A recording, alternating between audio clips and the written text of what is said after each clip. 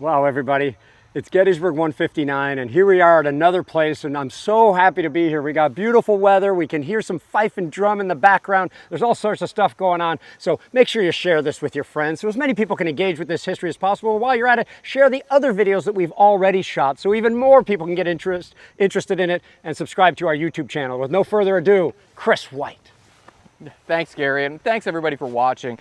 And I just can't reiterate what Gary says enough. Please share this with your friends, your family. Click that subscribe button, and we really appreciate you watching us. And we've got a lot of great feedback here in the field at Gettysburg. We've run into a lot of people who are really excited to be out here. And for those of you who aren't here, I have to say that this is the busiest I have seen this battlefield on an anniversary probably since the 150th.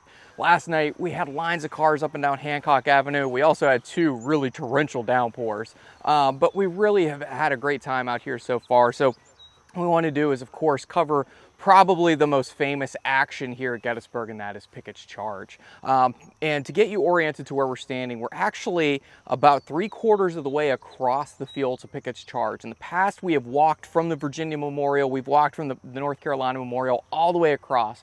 So check out all those old feeds that we have either on Facebook or YouTube. So this year we wanted to do something a little bit different and show you some of the terrain as Pickett's division, specifically where we're standing, got into and close to the federal lines. And it's not as flat terrain as most people think. So to get you oriented, right behind me, you might see a white barn. That's the Abraham Bryan barn. In that location would be Alexander Hayes's, fighting Alec Hayes's division's headquarters. He's the 3rd Division Commander of the Union 2nd Army Corps, and that is the Abraham Bryan farm, a free African-American who lived here on the Gettysburg battlefield. But you might be able to see a few monuments dotting Cemetery Ridge. As we go off to the camera's left, off to my right, you may be able to see just the bottom part of Pickett's Buffet. That's the southernmost part of the town here today, but at the time of the war, that would have been open fields leading up towards the Alexander Dobbin House and some other homes at the edge of Gettysburg. As we go off in this direction, you'll start to see some fencing. That is the Emmitsburg Road, which does not run straight north to south into Gettysburg. It actually comes in on an angle, which is very important because whenever the Confederates march across these fields, they'll hit it at different points. Also, those stout Pennsylvania farm fences, some of them were taken down during the July 1st, the July 2nd battles, and even here on July 3rd, there are still some of these fences standing here, so that will be an impediment to these Confederates making an attack across these fields. As we look towards the southwest, we're starting to see the Nicholas Cadore farm. In the 1858 census, his name will show up as Cadorus, but that's the Nicholas Cadore farm. The brick farmhouse itself is original, but the larger barn just to the south of it is a 1880s structure, so it's not a wartime structure. A little bit farther to the south, you'll be going along that Emmitsburg Ridge line, and you might be able to see another red barn and red house. That'll get us down to the Joseph Sherfy house. You might see a little white house dotted behind a tree. That's the Klingel farm. And then, of course, we're looking farther to the south towards the Round Tops. You'll see a big round top, which actually almost looks like it has a little notch cut out of the top of the tree line today. Maybe a tree was knocked down up there recently. And then, of course, to its left, it will be Little Round Top, and then we'll come down here and you might be able to see Winged Victory atop the Pennsylvania Memorial. And of course, we're looking at Cemetery Ridge. Confederates are about a mile from where we're standing behind us on Seminary Ridge.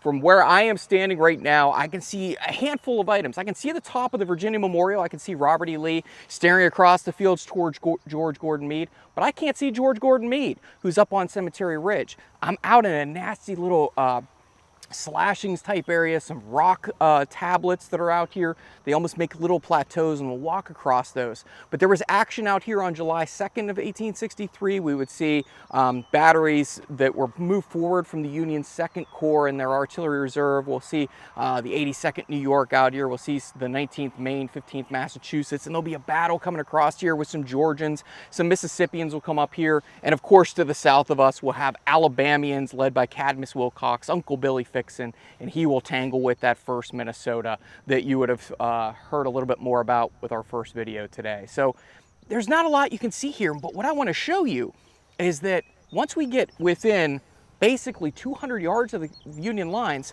the Confederates have cover here. right here on this sector.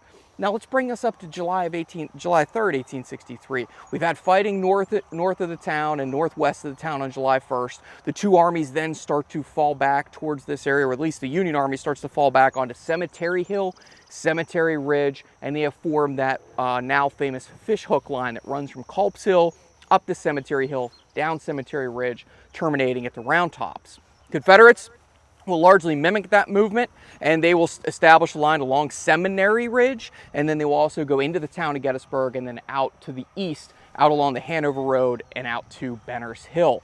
They will have a longer line, the Confederates will. They'll have to work on what's called exterior lines, meaning it's going to take longer to get men from the left to the right or from the center to the left to the right than it will if you're a Federal, because they have interior lines where they can use roads like Granite Schoolhouse Lane that still exists today to move men back and forth, men and materiel, on a much shorter line. And that is going to be a huge advantage for a Civil War army, and that's always something you're looking for, is going to be interior lines. But then on July 2nd, the Confederates start to attack off my left. They start hitting the Round Tops, Devil's Den, the wheat field, the peach orchard, and they will roll up into this area.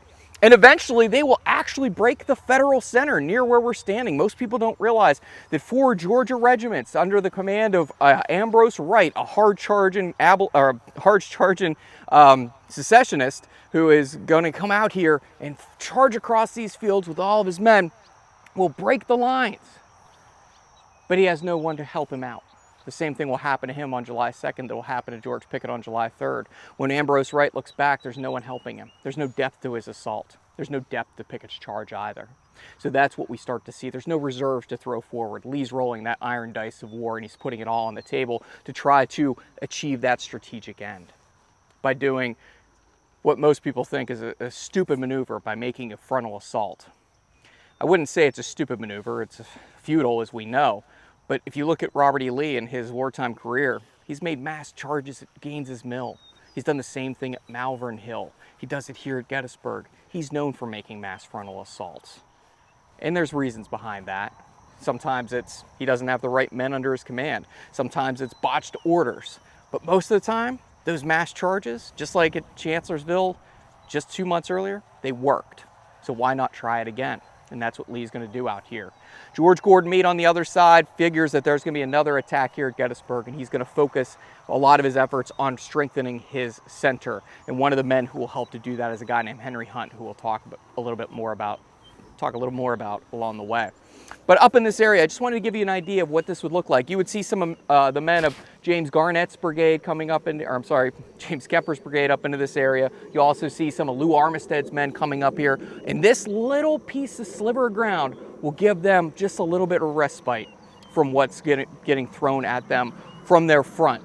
Maybe not necessarily from their flank, maybe not necessarily from this side when some Vermonters swing out here. But this is an area that most people don't walk out to. To give you an orientation of if you want to come out to this site, you can see our large U.S. Regulars monument that looks like the Washington Monument. If you go north along Cemetery Ridge, you'll see a big rock. That's the monument to the 20th Massachusetts. And you can take the trail right out to here and just get another perspective of Pickett's charge. And that's why we do this out here. Let's take a walk just a few feet. We'll give you another perspective. As we walk along the trail here, we're not going very far.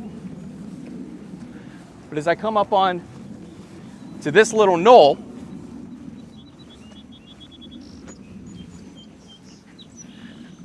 and I stop right about here, my perspective changes immensely.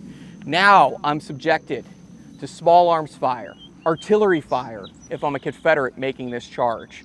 We've only gone about 30 yards. And now in front of us, I can see the monument to the 42nd New York, the Tammany Hall Regiment. I can see the copse of trees. I can see where the 69th Pennsylvania was deployed up here, the 20th and 15th Massachusetts, the 19th Massachusetts. This is going to be an area now that turns into a killing zone. Behind where the camera is, that's your safe zone, at least, for a little while. Once you cross over top of this rock outcropping, you're now back into a killing zone. If you walk the fields of Pickett's charge, you'll notice if you come all the way across the fields, they dip, they undulate.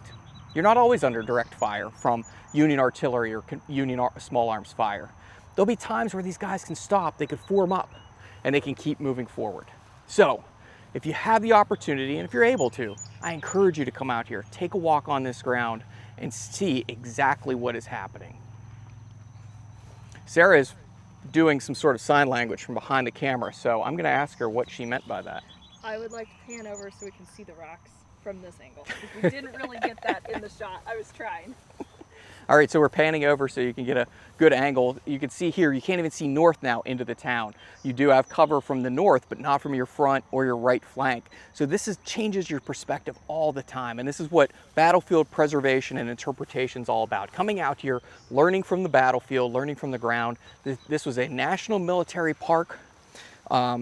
This is a national military park that was under the auspices of the War Department, and they are bringing people out here to teach the future leaders of our Army, including men like Dwight David Eisenhower, Omar Nelson Bradley, and scores of other high-ranking officials within our armed forces to learn from these battles of the past so that they can fight our wars of the future. Gary? Great, thanks so much, Kris. Great setup there. We're so happy that y'all are engaging with us for Gettysburg 159. And man, I see a lot of y'all on here, seeing some good hashtags already, and we'll talk about why that's important in case you don't know that yet. But man, we've got Scotland, we've got somebody else from the UK as well, and then we have people from at least 25 states already, and I'm really enjoying a lot of the commentary, even when you disagree with us. It's great. And I want to lob something at you right now, and that is, Kris mentioned Henry Hunt. We're going to talk more about Henry Hunt, but even before we talk about him, just throw a number from 1 to 10 on there and we'll be able to determine whether you're a Hunt fan. And I'm going to go ahead, and I'm really close to the middle. I am a 4 or a 5 with Hunt, but man, I'm probably going to be alone on this. People like Henry Hunt. I'm going to tell one story about him really quick because it's one of my favorite stories of Gettysburg. He was in charge of the bombardment for the Union response during Pickett's charge. He was, a very capable commander. He saw all sorts of danger while he was here, but his most dangerous moment on this battlefield had nothing to do with bombardment or anything. It was rather in the Valley of Death, where he was up at Devil's Den trying to help place James E. Smith's guns up at Devil's Den. But upon returning to his horse, which he had left down at the bottom of the ridge, he found that there were horned cattle there, and they were stampeding, namely because a shell had exploded inside the body of one of them. They were stampeding back and forth, and he had to run the gauntlet along with those horned cattle, and he said he was badly demoralized as a result when he finally got to his horse, because that was his most dangerous and trying experience at Gettysburg. Let's go here. So we are walking a little bit toward the east here. This is in the footsteps of the soldiers. This is Pickett's division. Now, at the same time, we'll talk about this later, of course, you've got elements of 2 other divisions attacking much further to the left. And note, Sarah, if you pan over that way, you can leave me, I've got a mic, you can't see a thing over there. So note that a lot of Pickett's men could not see Pettigrew's or Trimble's soldiers over there, and this happens constantly. This is why we've only walked about 60 yards, and the situation changes by the time you just move a short distance over here. And we are walking in the footsteps of those soldiers. You may have heard my weak attempt to whisper a rebel yell, because apparently I whisper a lot on the mic while somebody else is talking, so I hit a little tiny rebel yell there, hashtag weak rebel yell. But we are walking in the footsteps here, and when you would have seen this, there would be intense fighting going on off in that direction as we get closer especially, but you have other Virginians over there. So you're not being shot at this point by those. Rather, soldiers tend to shoot at and care about what is directly in front of them. And we are approaching the Union line here. Let's continue walking here, Sarah. As we really come up toward these other Second Corps elements, the ones people don't talk about as much, but they're going to have their hands full as the full weight of Garnett, Kemper, and then up comes Armistead behind them starts to hit.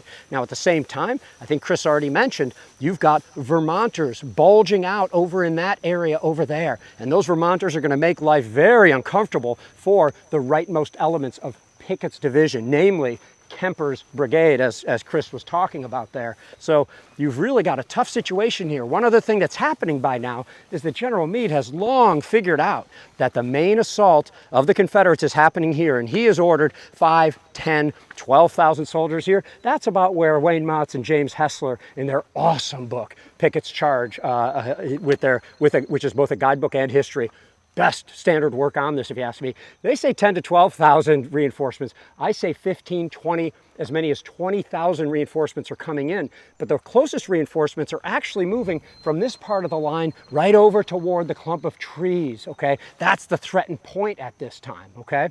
Now I want to ask Kris, do you want to go down the path over there? I do, but I want to show one thing very quickly. So when you walk out on a battlefield and you see some of these strange rock outcroppings, here's one of the strangest you'll see at Gettysburg here. And this is an impediment to the Confederates in some ways. If you've ever worn Civil War era shoes, you'll know that they're very slippery leather. And if you walk across fields like you would have out here, going across grass over time will make that leather very, very smooth. It's almost like walking on ice. So if you're charging across this field and all of a sudden you come up onto a rock like this with those smooth leather shoes, you know how hard it is to run across these rocks? It's very difficult. So not only are you being shot at, not only are you under the stress of battle of trying to carry what equipment you have with you, now you're fighting against your shoes and Mother Nature. This isn't going to be just a single problem here on this rock sill at Gettysburg. Think about fighting in Devil's Den. Think about being on Little Round Top and other places. So as you walk around here, footwear is important. And yes, the Confederates had shoes. They did not come here for a shoe factory like a lot of people think. And the Union Army also had problems with shoes. But remember, if they're marching around on macadamized roads or improved roads up here in Pennsylvania, a lot of times the guys would take off their shoes because that those rocky roads would actually rip right through their shoes and wear them out much more quickly. So Union and Confederate soldiers on the campaign at Gettysburg sometimes tied their shoes right around their neck, didn't want to wear them out so they could come across terrain like this. But think about that. Put yourself figuratively in the shoes of these guys. And if you're a reenactor, you can do it literally and walk across here and get an idea of just how slippery this might be and how hard it might be to go across terrain like this. Garry? Yeah, if I may, I just can't get enough of your hashtags here. Somebody happily suggests leave the yelling to the rebels. I think that's good advice, especially when only one person is whispering it at that point.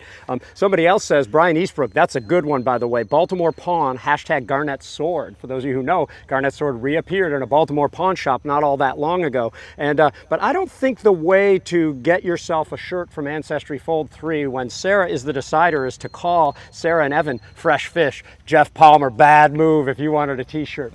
You're with the American Battlefield Trust. We are on the field of Pickett's Charge. We are walking, we are discussing, we're interacting with you, and we are just west of Cemetery Ridge, where you see all the trees and monuments here. In case you're just joining us, we are in the footsteps of the more rightmost elements of Pickett's division. The famous attack with Garnett and Armistead is a little beyond where I'm standing here. We are at the line of James Kemper, who is going to get it, I think, in terms of casualties, the worst of the three brigades. Let's walk a little bit this way here.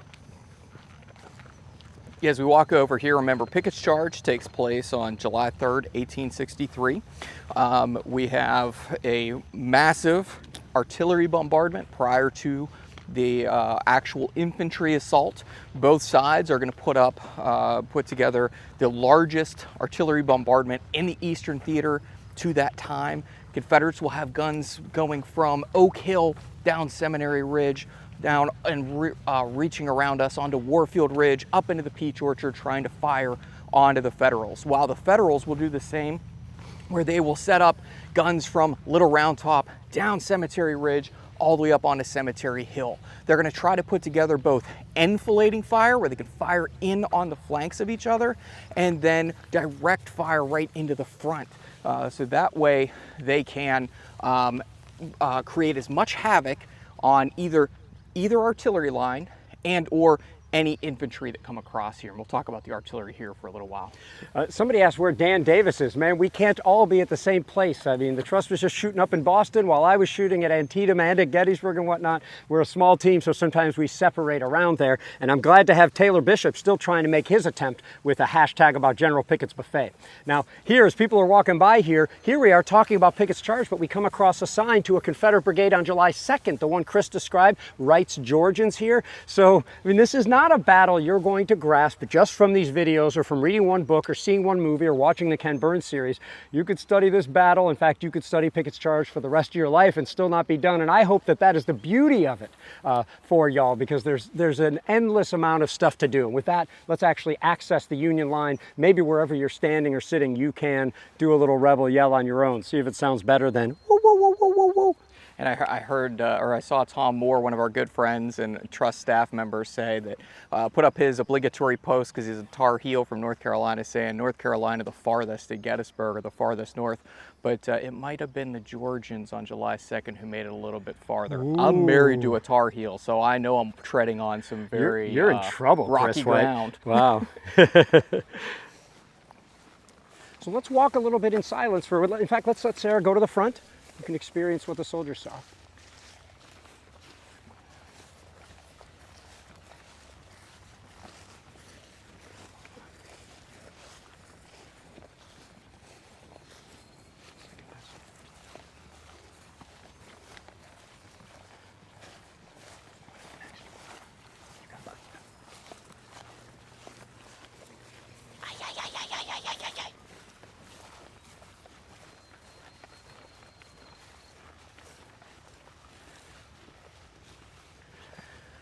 All right, so we've roughly entered the Federal battle line here along Cemetery Ridge. To bring you up to speed and get you oriented, let's look back across those fields of Pickett's Charge. Yes, it's called Pickett's Charge, named after one division commander, George Edward Pickett, West Point graduate. He's a Mexican-American War veteran.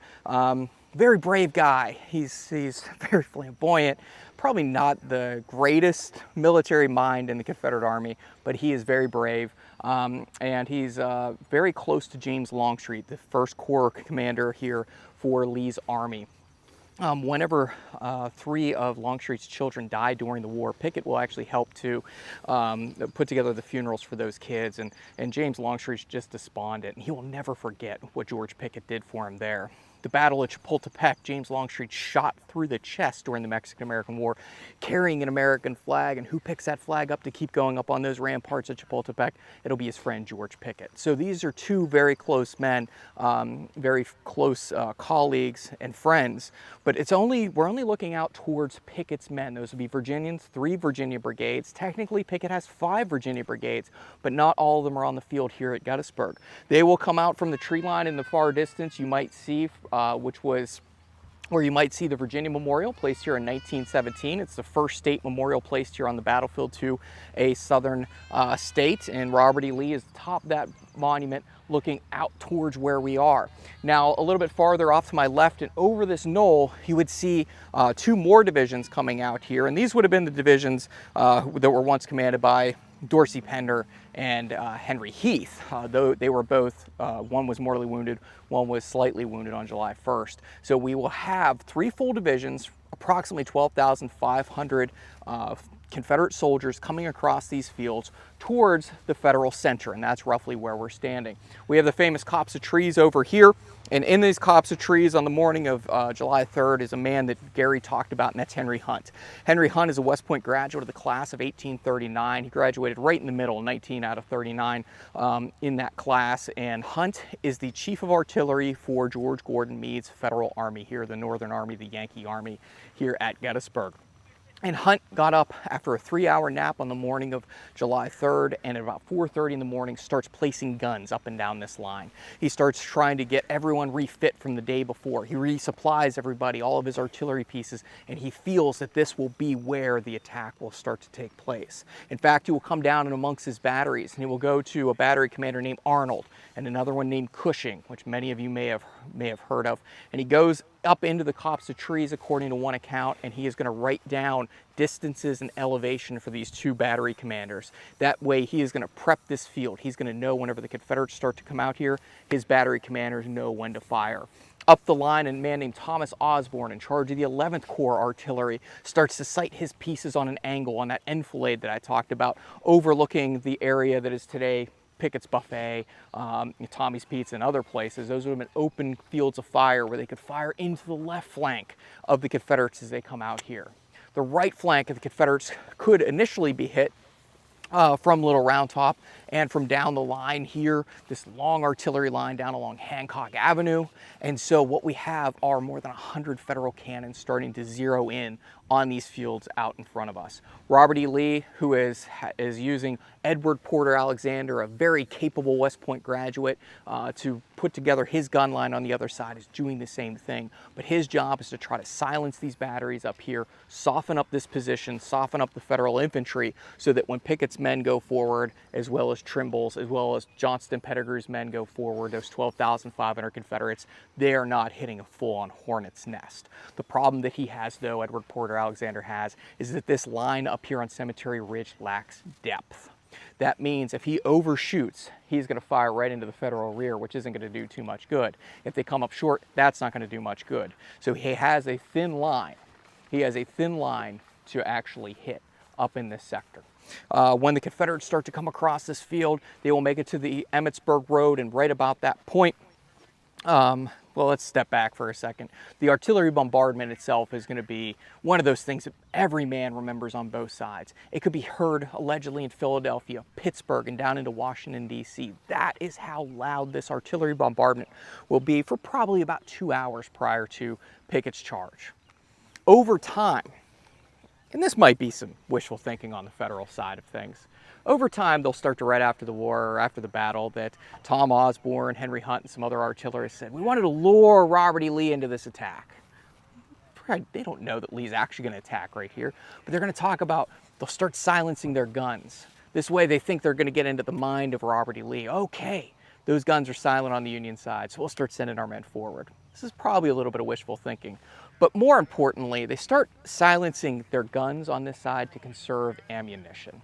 Doug Dowds and I talked about ammunition yesterday. The Federal Army up here has more than 99,700 rounds in reserve that they could start to fire with up here. I looked that number up overnight, which is just nerd level Gettysburg stuff. And Doug brought it to a new level whenever he started telling us that there are 40 more thousand shells waiting for them down in Westminster, Maryland, and Frederick. So there's a lot of artillery that can be used up here for the Federals, but they're going to conserve the ammunition they have at the front lines. They're going to readjust their lines a little bit, and that is going to be the impetus for Robert E. Lee and James Longstreet and Edward Porter Alexander to finally give that green light to launch what we know as Pickett's charge. The Confederates will march out of the tree line, form up, and it'll take them approximately 20 to 25 minutes to cross these fields. And as they do it, every step of the way, they're under artillery fire. Eventually, when they get to the Emmitsburg Road, they'll be under small arms fire. And eventually, we'll get engaged within small pockets of hand-to-hand combat up here. Before we talk about that, let's take a little bit of walk around this area and see what Garry has to add, because I want to talk about some of the artillerymen who fought up here. That's an overlooked story for me. Not that long-range artillery bombardment, but when they have to stand up here and defend the guns. Okay, good. So let's not get into the infantry fight yet, but let's walk over in that direction to some degree. But first of all, my favorite hashtags of the day definitely have to concern the family behind us. Hashtag need my binky, hashtag baby brigade, and how I feel because I'm not at Gettysburg. So that's very enjoyable. Thanks for interacting in that way.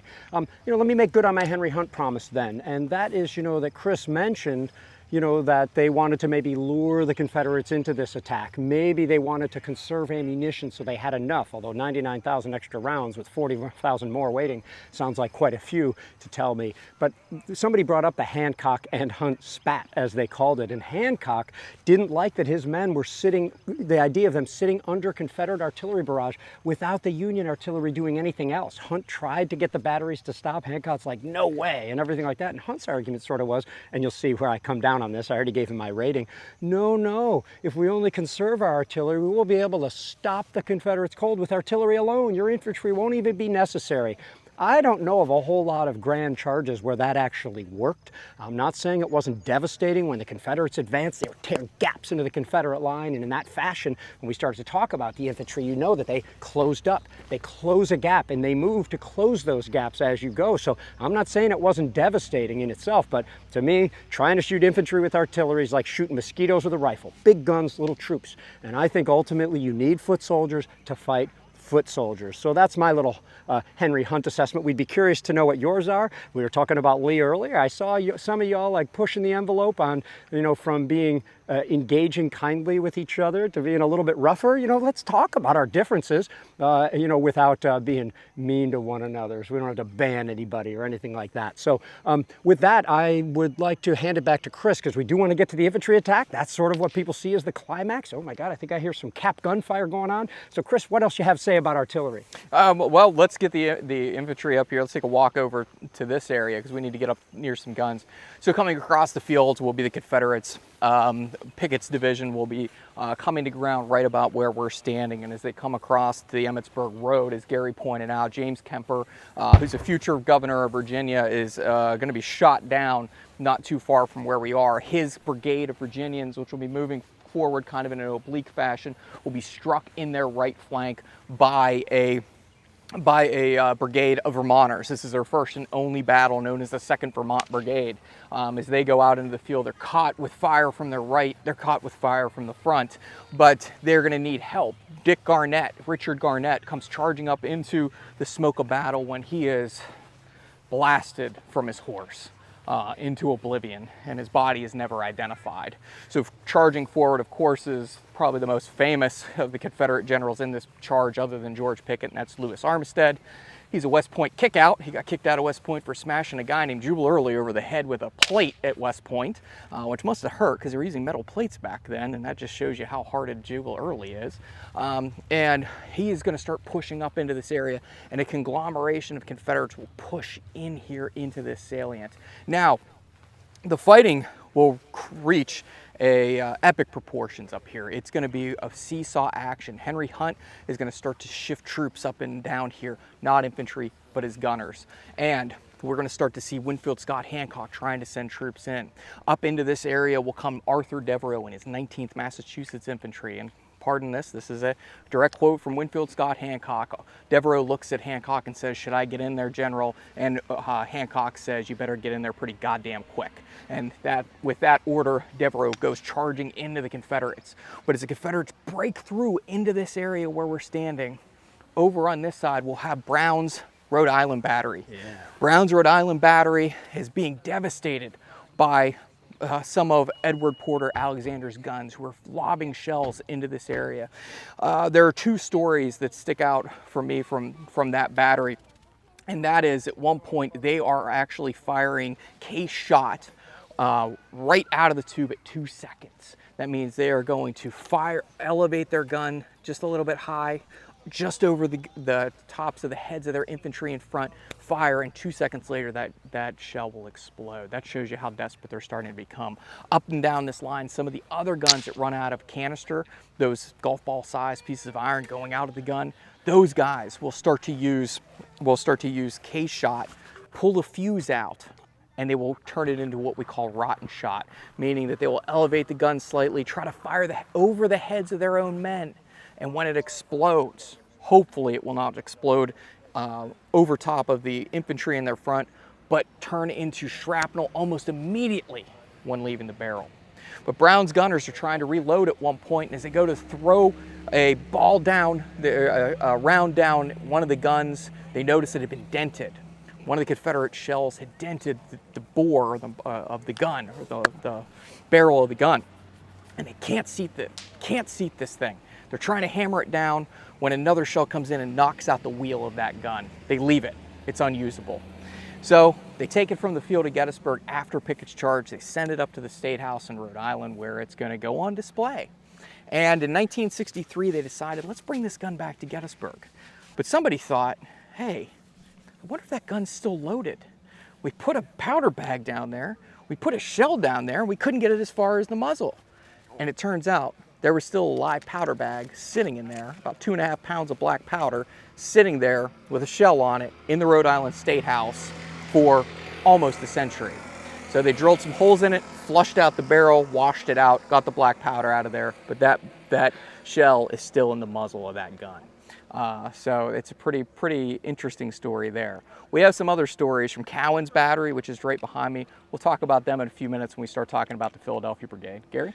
Good. Thanks, Kris. You're with the American Battlefield Trust. We are doing Pickett's charge, and now we are on Cemetery Ridge, and we are going heavy into the artillery. We'll get to the infantry, I think, almost presently as well. And I do want to report that the binky was provided, and I'm looking at the binky right now, so we're all in good shape. Let's walk a little bit further here. We love your hashtags, we love your engagement, so please keep sharing this with your friends and keep commenting. We love seeing the engagement with American history that we can have on a battlefield, sometimes only on a battlefield. There are certain engagements that are unique to these critical conflicts that really ultimately decided, you know, some of the key elements of this country. Would we become an independent country? Could you own another person? I mean, the ultimate decisions were made on battlefields. Does anybody think we're our own country if the military victory hadn't been achieved at places like Yorktown and others? You could argue about that if you'd like. But here we are, let's look out. You know, most people come to the field of Pickett's charge and the angle, they go to the other side of the clump of trees. But here at the most famous clump of trees in America, so famous it has a special word, copse of trees. You don't see that in too many other places. You can really get an idea of the Union infantry line. Now, one thing, Sarah can show us all these monuments and flank markers, the little markers next to each one to show where their right and left flanks were. But note that if we pan over here, there are other reserve troops and monuments denoted on the other side of the road. And if you go a little further, like over there, past that gentleman in the gray shirt, everybody look at the gentleman in the gray shirt there, right past him, it's even further from the road. These are some of the troops that we rushed up to deal with the emergency. Let's walk a little bit more this way. So you have a lot of Union troops, but not more than there are Confederates. I've never heard a good estimate. It's a total guess, but I estimate maybe 6,000 Confederate soldiers might have reached the Emmitsburg Road, maybe even 7,000, because the Emmitsburg Road over there, you can see it angles away from us. So a lot of Pickett's division would have been able to reach the Emmitsburg Road, maybe less of Pettigrew's division over there. Now let's go walk right up to these people. They're totally don't know we're live right now. But I want to show something on this plaque here, because sometimes we talk with great specificity here. Here's the 19th Mass. This is one of the units that was moved over here, and these plaques actually were missing for several decades, and then they were returned. But note that they say that they have a monument elsewhere, 119 yards south-southeast of this plaque. In other words, their main monument is over there, and they want you to know that they fought here, and they want you to see their main monument over there. These veterans were here, they did this for us, for future generations like us to come here and know where they made their sacrifices. I think we'll find something similar as I pass it back to Kris and we go up to the monument for Cowan's Battery over here. Kris? Yeah, so the Confederates who come through here will probably be a mixture of some of Armistead's men, we probably have some of Kemper's men maybe, and we probably have some of Garnett's men. These are all Virginians, and when they charge across into this area, they're actually going to get close to these gun lines. This is the gun line of Cowan's New York Battery. You'll see the Greek cross over here of the 6th Corps, showing this is a 6th Corps unit.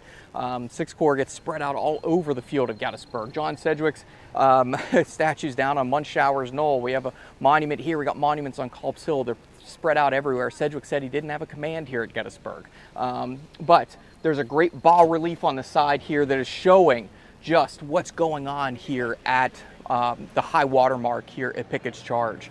Cowan's Battery is going to wait until the Confederates get inside the guns before they unleash some of their last rounds. Henry Hunt is on horseback right about where Hancock Avenue is today. He has his pistol out, and all he is saying is, see him, firing his pistol into the mass of Confederates coming towards them. Hunt's about panicking, and Cowan at one point is going to wait.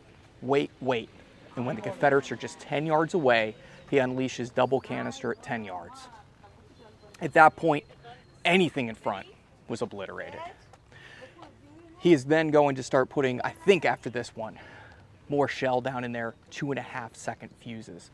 Fire those out and explode right over the tops of the men. Elevate the barrels just high enough to get them over the tops of their own infantry. But the problem was when they fired that double canister at 10 rounds, they fired into their own men as well. The 69th Pennsylvania was right down in front of us, and you might see a chain link fence, and some little granite posts sticking up. Those are each of the companies of the 69th Pennsylvania, and that is to show that they bent but did not break. That's not the full story, though. The captain with the 69th Pennsylvania was so panicked by this fire up here and the Confederates coming from the front. One man in Cowan's Battery said he saw the man with a sword tucked under his arm running towards the rear. An enraged artilleryman couldn't stand this fact that these infantrymen were running from the front. He turns around, grabs a coffee pot, and smashes it over the top of his own man's head, an own Union soldier from the 69th Pennsylvania. And they said the man ran to the rear with a coffee pot over his head, down over both ears with coffee pouring over top of him. Think about that indignity. You're getting hit from the front, hit from the back, and now you're smashed over the top of the head with a pot of coffee. I'm sure the Starbucks hashtags will follow now, but that is one of the stories coming out of Cowan's battery. And it keeps getting more and more desperate up the line with one of our most famous stories, and that will be the story of Alonzo Cushing. Now, before we get to that, let's walk a little bit into the angle. We have a lot of people here. Like Kris said, there are a lot of people in the park, and this does not count people watching the artillery demonstration you might have just heard. Some of the battle walks the park is putting on. The park has recovered quickly from the mini tornado that raged through the park yesterday. So we are going to have people around us, but let's walk by the High Watermark Monument. It's an open book talking about the units who were in Longstreet's assault, now more commonly known as Pickett's Charge, but there's a few different names for it as well. But what I want to talk about is continue the story that Kris was just talking about. That is the 69th Pennsylvania. Okay, these are a bunch of Irishmen. They're Colonel was a bartender and barkeep, basically, of his own bar.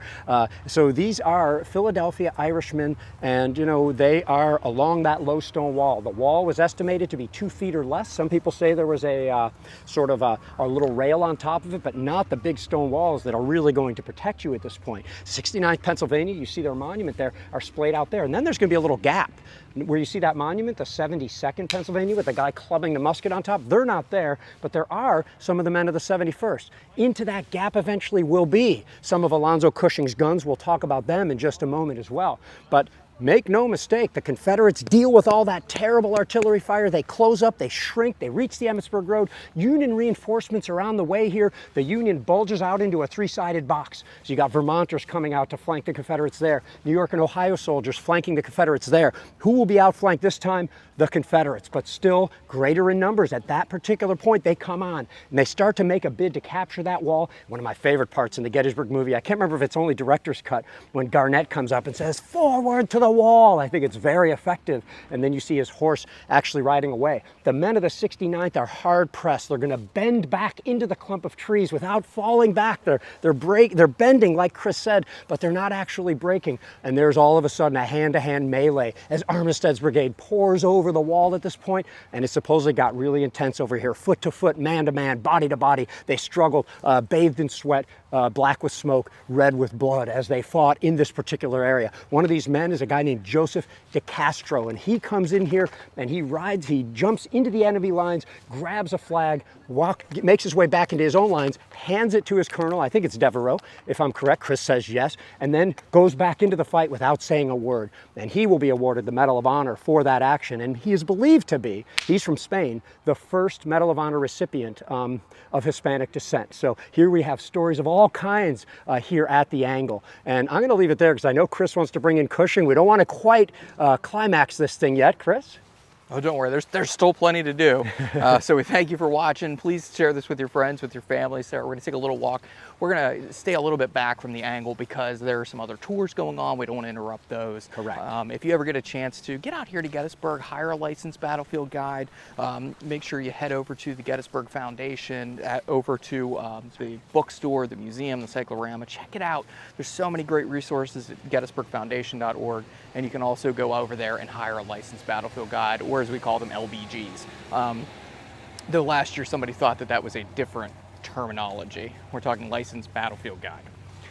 As we walk over here, you're going to start to see one of the rare things here in Gettysburg, and that is going to be the 3-inch ordnance rifles of Cushing's guns, followed by limber chests, and across the street, followed by caissons. So this is actually a full battery laid out here at Gettysburg, or most of his battery laid out here at Gettysburg. Remember earlier in the day, I told you about Henry Hunt taking Cushing and another officer named Arnold over to the copse of trees, wrote on a piece of paper the elevation distance that they were going to start to fire upon. Well, you can see from this area, they have an open field of fire. You're looking all the way out towards Seminary Ridge. You can probably see the dot in the distance. That is Robert E. Lee staring back at us, the Virginia Monument. And Cushing's guns because of where they are up on Cemetery Ridge, will be a perfect target. One of the reasons that Hunt also wanted to slacken his fire is to not give the Confederates a target. If you're not firing, they have a problem with picking out the individual targets up here, but if you start to fire, plumes of smoke come out of the ends of these guns, and that's what's going to start to happen. Confederate gunners will start to more accurately hit targets along this line, and Cushing's guns will be devastated. Alonzo Cushing, when he's up here, it's one of our park programs behind us with one of our good friends. Alonzo Cushing's guns will be up in this area when Lew Armistead and his Confederates start breaking over through the wall. Cushing has been wounded severely. Let's put it this way, he knows it's a death wound. He's going to stick by his guns. Brian Pahanka, years ago, the great historian, when I talked to him about this, he vividly described the wounding and eloquently told the story of Cushing, much more better than I will. But as Cushing's standing up here by his guns, one by one, they start to fall silent, knocked out. His men are being felled out of action. And now what we start to see up here is the Confederates getting in their front. Cushing is going to wait with double canister, just like Andrew Cowan's battery had just done. And he will wait, unload double canister at the last moment when he is shot through the head. He falls back into the arms of his sergeant, who now is the battery commander, and he is killed instantly here on the battlefield at Gettysburg. Cushing is the most recent Medal of Honor recipient for his actions at Gettysburg, and it took more than 150 years for him to receive his Medal of Honor for his actions here at the Angle. His sergeant, who then takes over, I think it's Fugger, who takes over, is then going to call for the remaining gun that's online to put in triple canister. I've seen two accounts of this. One I know is true. When he fired this gun, it jerked back at least 3 feet into the air because there was so much compression on it. I've seen another account years and years ago. I don't know if it's true, but when they pulled the lanyard on that gun, that it flipped back over on top of itself, because that's how much of a force it had, and anything in front of it was no longer living. This whole area will be strewn in dead bodies, wounded bodies. It will be a living mass of a carpet of red, crimson, of gray and butternut, and of Union blue. It'll be a horrible place to be, and it's only going to get worse because Hunt's going to send some more guns up into this area.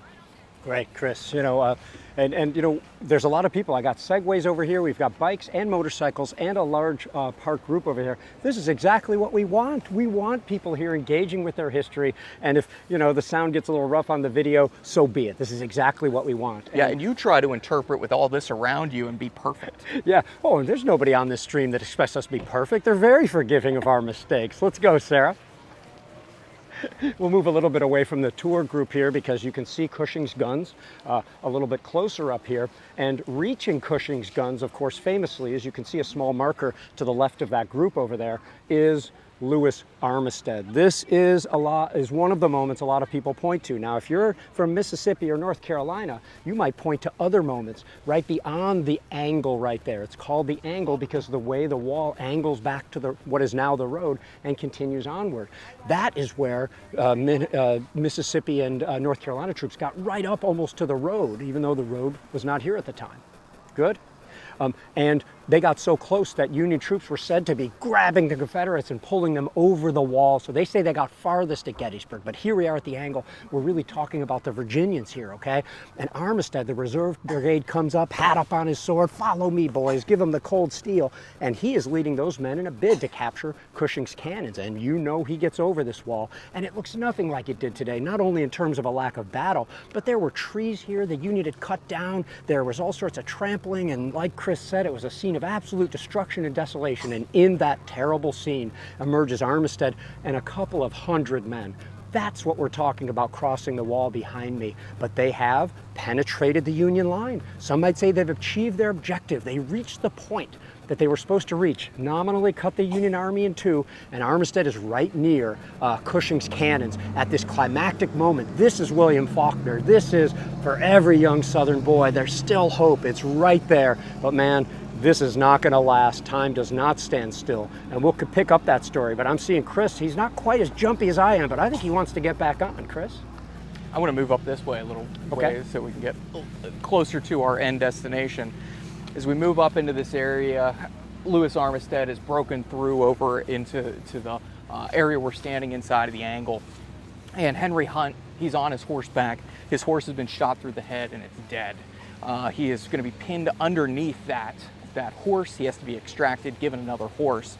And at that time, he is going to turn to Julian Weir's battery. Weir had seen a lot of action on July 2nd, and now Julian Weir is called off at a trot behind me, off to my right, on the other side of Cemetery Ridge. He talks about riding towards the 52-year-old Lydia Leister house, the widow Leister house, which was Meade's headquarters, but is now turned into a high-density field of fire with E. Porter Alexander's shells falling in and amongst that staff.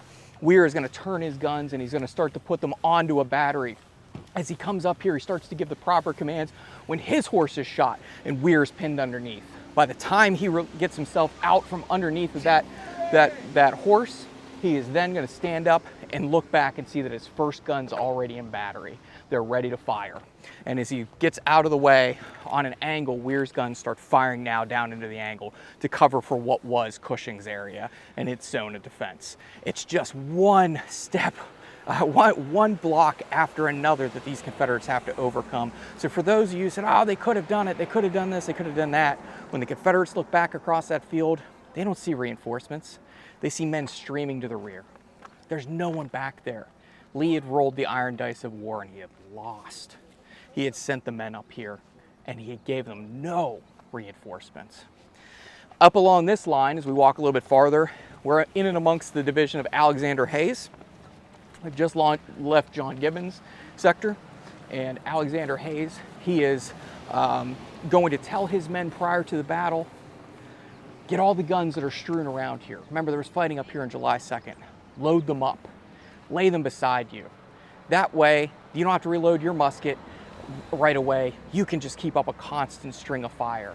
So this stone wall up along here would have been just lined with muskets of varying caliber, sizes, and makes, and they were just waiting for men from North Carolina, as you can see the North Carolina monument out in front of us, and Mississippi and others to come right into their sector. This is not exactly a prepared position here at Gettysburg, but it comes pretty close to a prepared, fixed, fortified position, and this was a tough nut to crack. I don't care who it was who was going to attack here, Union or Confederate.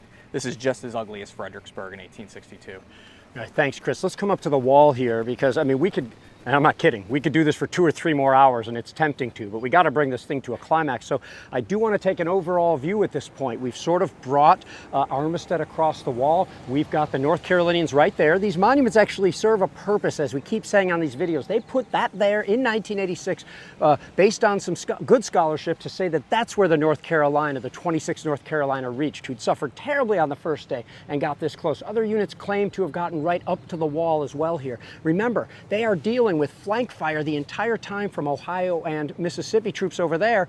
And way over in this way, Sarah, off in those fields there, you see 2 things happening. I'll get into this in a second. So you've got, Pettigrew, Trimble, and Pickett, the main Pickett's charge, but there were some reserves that were supposed to come up, but they didn't. Instead of following Pickett, 2 brigades that had been pretty used up the day before, Wilcox's Alabamians, Lang's Floridians. This couldn't have been more than 1,200 guys at that time because they suffered terribly the other day. They veered to the right. So when they veered to the right, they separated from Pickett, and that allowed the Vermonters to come in here. Somebody asked me to talk about this, to come in here, face this way and outflank Pickett, and then face that way and pour a terrible, devastating fire into Wilcox, mainly Lang's Floridians on the left of that line. That's all happening out that way. So it's not going well for the Confederates. And this is the story of Gettysburg for them. Kris mentioned the lack of reinforcements. When they had some success on the south end of the field with the peach orchard, the wheat field, maybe they could break through. Where are the Confederate reinforcements? There aren't any. When they could break through the Union near the 1st Minnesota's charge on July 2nd, where are the Confederate reinforcements? There aren't any. When they captured East Cemetery Hill, no Confederate reinforcements. And here for Pickett's charge, could 2, 3, 5, 8,000 reinforcements made the difference? Maybe 8. Who knows what could have happened at that point, but it did not. And this moment of great hope. There's two more motorcycles.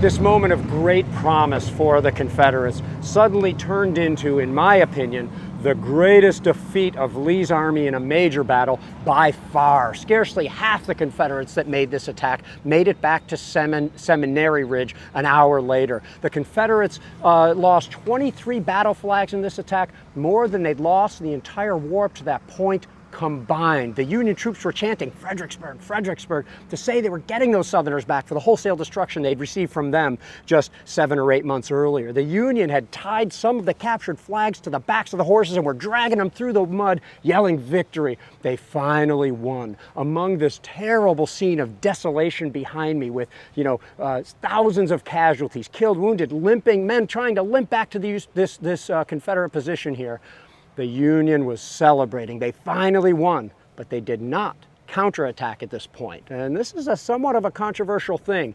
Winfield Scott Hancock himself, who had been wounded during this assault, is on the field, refuses to lead till the repulse, and he is urging General Meade and others to counterattack, okay? First of all, counterattacks don't happen in 10 minutes. Hancock knows this. They know how dangerous that opponent is. And why would Meade want to attack across the same open fields he just slaughtered Lee's army on, potentially undoing the great victory he had just achieved? They're going to have that same argument 9 days later when Lee gets back into Virginia, and some people call it Lee's escape. I'm not sure if I agree with that. I'm going to stop talking because that was all one sentence there. Kris White? Thanks, Garry. I just want to add a couple things, and I know some people will absolutely disagree with me, but, this is a battle that Robert E. Lee lost. We can point fingers at Richard Ewell, Jeb Stuart, and others, but at the end of the day, he was in command of this army. There were times where he didn't set his army up for victory. He almost set it up for failure. He listens to Richard Ewell on the evening of July 1st and says, let's keep my Second Corps isolated in the town of Gettysburg and on the east side of the town. And when Lee asks him, hey, should we attack here? Ewell's like, no, we shouldn't attack here. Why do you leave them out there then? And then the next morning, Lee asks the same question and doesn't redeploy his army. He doesn't bring them over to this side of Gettysburg to maybe be more operationally coherent. A.P. Hill, he failed Robert E. Lee, and Lee doesn't hold him accountable throughout the battle. Time and time again, it's hard to find where A.P. Hill is. And then James Longstreet, his most senior subordinate, and I don't agree with everything James Longstreet says. James Longstreet pats himself on the back a lot. But take into consideration, he's his most qualified corps commander. He has his most experience, but at every turn, he is going to take Longstreet's advice and ignore it. I just don't see what the purpose was to listen to men like Ewell and Hill, who had never commanded corps in their life, and to ignore your second in command, who you handpicked to put in as second in command. Just something to consider out here. I'd like to jump in for this too, because it is true. I mean, I'm a Robert E. Lee fan, and he is by far the most dangerous Confederate commander, but he knew he was not perfect, and I don't know why people want to credit Lee with all the victories and blame somebody else when he didn't achieve it, or they say that the Union just that the Union had more men or something. Lee himself said what at the end of Pickett's charge? This is all my fault. Yeah. And I think that was more than just chivalry or honor that made him say that. I believe he recognized that mistake. Even at Gettysburg, he said that he didn't lose, he only failed to win. He kept his army together, he got back into Virginia, the war went on for 2 more years. But you can't just hand someone all the victories and blame someone else for the defeats. The fish stinks from the head. And like Kris said, you are welcome to disagree with us. That's what this is about, as long as we do so respectfully as we go. Now, the Union will not counterattack here. Lee will remain on the field the next day. Come on, Meade, attack me through the pouring rain. The day Vicksburg, Mississippi really truly surrendered to the North. Independence Day, at least for some. Lee was trying to bait. A lot of talking. Meade into an attack. Meade didn't take the bait. Lee does get back into Virginia 9 days later, and Meade was smart to not attack him against the swollen Potomac, especially after they saw those works at that point. And the war goes on for 2 more years. And one of the biggest misnomers about this battle and General Meade is that somehow he fought this battle and then he disappeared and he was removed and Grant took over. No, Meade is the longest serving commander of the Army of the Potomac. He took command on June 28, 1863 and retained that command till the end of the war. But General Grant did ascend to command of all of the Union armies, and Grant traveled with Meade, thereby overshadowing him. And I'll go on the record as a Meade fan saying, I think Grant was right where he should have been, and Meade was right where he should have been. Yeah, and I would just tip in for your Lee comments that I think Lee is a fascinating character to me. I like the human side of Lee. I don't like the pedestal Lee that people put him up on. I like the Lee who likes active young officers and likes to surround himself with people who are jokers and like to have a mind on them. And I also like the fact that he has a temper on him. The guys, his staff talk about the old man being in a wicked mood today on more than one occasion. So that's the side of Lee I like to see. And I can't, stress enough that Lee didn't just lose this battle. The Union Army won this battle. It took someone to win it, and it took George Gordon Meade. And there's not a lot of people who give Meade enough credit, I think. Meade takes over this army June 28th, 1863, in the midst of the campaign. He takes over an army that he now has to redeploy, get their base of operations or their logistics moved up to Westminster. He has to defend Washington and Baltimore, and he has to take on Robert E. Lee, who's been in charge of the Confederate Army for now 11 months. This is his first battle. This is Meade's first battle as an Army commander. And I think he did a really good job at the leadership level where he did not manage this battle. He gave his subordinates the opportunities and the resources that they needed to execute their jobs, like Winfield Scott Hancock, Henry Hunt, John Reynolds, John Buford, and others, and that paid dividends in the long run. If there needed to be reinforcements down to Sickles' line, Meade found them, sent them to the front, and let Hancock take care of it. He trusted his subordinates, he trusted their judgment, and he trusted the fighting prowess of the men of the Army of the Potomac. And just one thing that I remember from Chancellorsville is one of my favorite quotes is from a Sergeant Bowen in the 12th U.S. Infantry. He said, after the Battle of Chancellorsville, the Union Army didn't feel like they had lost. He said, we were not defeated, but we did not defeat. This was an army who came to Gettysburg with a chip on its shoulder, and it was ready to do battle, and it proved it up here at Gettysburg. And Lee's army was an army on the decline as it came up here. And that mostly has to do with the outrageous losses that they had sustained over the last 11 months. Thanks, Kris. And we have crested an hour, our longest video of this particular anniversary, so we're going to call it here. I can't thank you enough for engaging with us and sharing this and all the extra subscriptions we've gotten to our YouTube. Do that if you haven't to. All the great hashtags, because Sarah will have some shirts to give away and 3 Ancestry Fold 3 memberships for 1 full year. Thanks so much to our friends there. Thanks to the Gettysburg National Military Park for all of their support and all they're doing here, and even with a mini tornado coming through, the Adams County Historical Society, and the University of Virginia, and the Battle of Gettysburg podcast and the Addressing Gettysburg podcast, Sarah, Kris, and all of our guests. It's been just great. We hope you have a meaningful Independence Day. We hope you're able to spend some time with friends and family. We really appreciate you joining us, and thank you so much, lastly, once again, for supporting battlefield preservation and education.